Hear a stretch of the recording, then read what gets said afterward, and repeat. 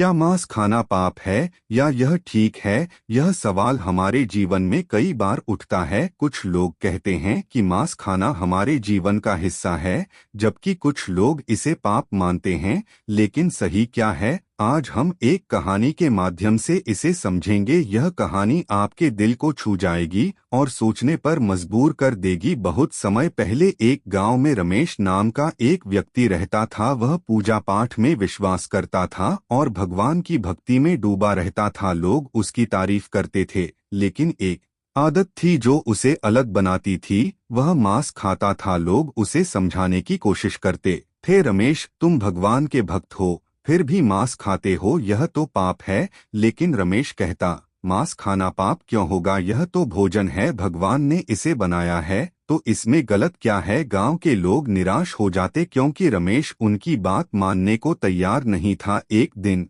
गांव में एक ज्ञानी पंडित आए। गांव वाले उनके पास गए और रमेश की आदत के बारे में बताया। पंडित ने कहा, उसे मेरे पास लाओ, मैं उससे बात करूंगा। रमेश पंडित के पास गया। पंडित ने उसे प्यार से समझाते हुए कहा, बेटा, मैं तुम्हें एक कहानी सुनाता हूँ, इसे ध्यान से सुनो, शायद तुम्हें जवाब मिल जाए। एक बार की बात है, एक राजा था। वह बहुत दयालु था, रोज गरीबों को खाना खिलाता था, दान करता था, लेकिन उसे मांस खाने का बहुत शौक था। वह कहता, मांस खाना पाप नहीं है, यह तो शिकारियों की रोजी रोटी है। एक दिन राजा शिकार के लिए जंगल गया। उसने एक हिरण को देखा और उसका पीछा किया। हिरण डरकर एक साधु की कुटिया में छिप गया। राजा भी वहां पहुंच गया। साधु ने पूछा, राजन, आप यहाँ क्यों आए हैं? राजा ने कहा, यह हिरण मेरा शिकार है, इसे पकड़ने आया हूँ। साधु ने मुस्कुराते हुए कहा, राजन, आप जानते हैं, यह हिरण भी भगवान की रचना है, जैसे आप और मैं हैं। क्या आप इसे मारकर खुशी महसूस करेंगे? राजा ने कहा, मैं इसे खाऊंगा, यह मेरी जरूरत है। साधु ने कहा, ठीक है,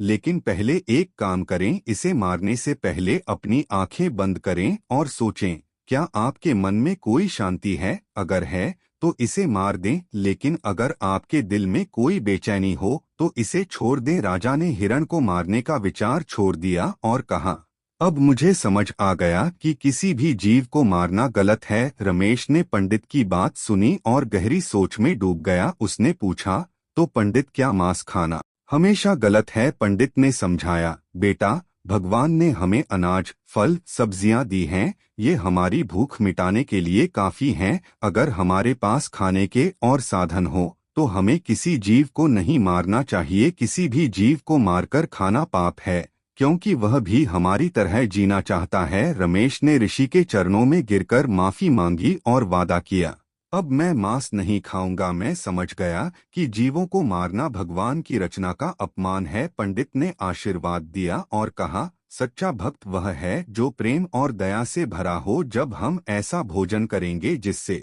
किसी को दुख न हो, तो हमारा मन और आत्मा भी शुद्ध रहेगी।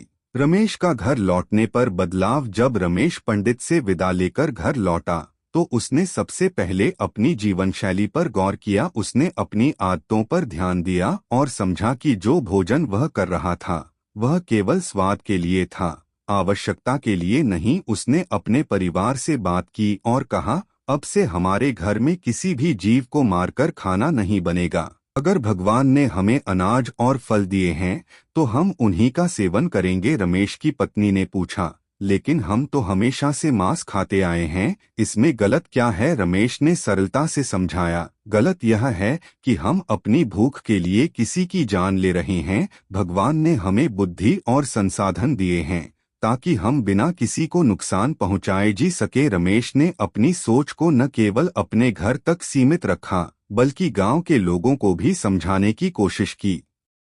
उसने गांव में एक सभा बुलाई और कहा, हम सभी भगवान के बनाए जीव हैं। जिस तरह हम अपने जीवन से प्यार करते हैं, वैसे ही हर जानवर को भी अपनी जिंदगी प्यारी होती है।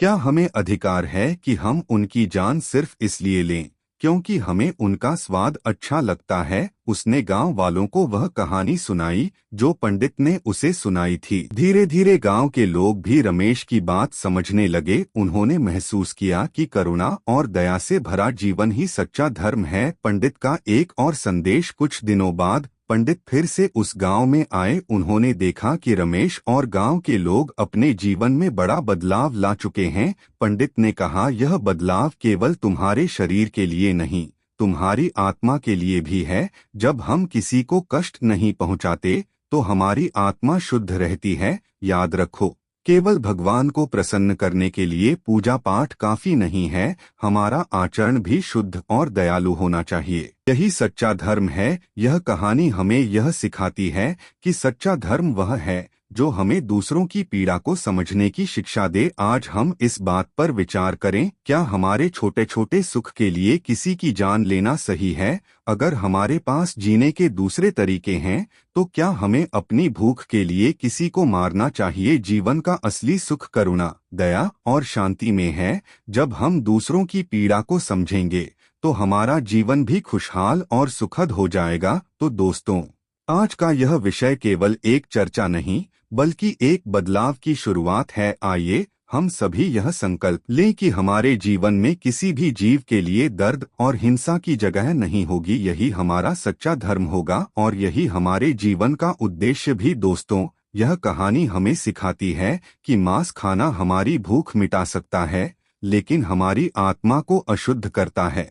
अगर हम अपने भोजन में करुणा और शांति को जगह देंगे तो हमारा जीवन भी शांतिपूर्ण और खुशहाल होगा। अब यह आप पर है कि आप क्या चुनते हैं, करुणा या किसी के जीवन का अंत? सोचिए और अपनी राह चुनिए। आपका क्या विचार है? मांस खाना सही है या गलत? हमें बताएं और इस संदेश को दूसरों तक भी पहुंचाएं।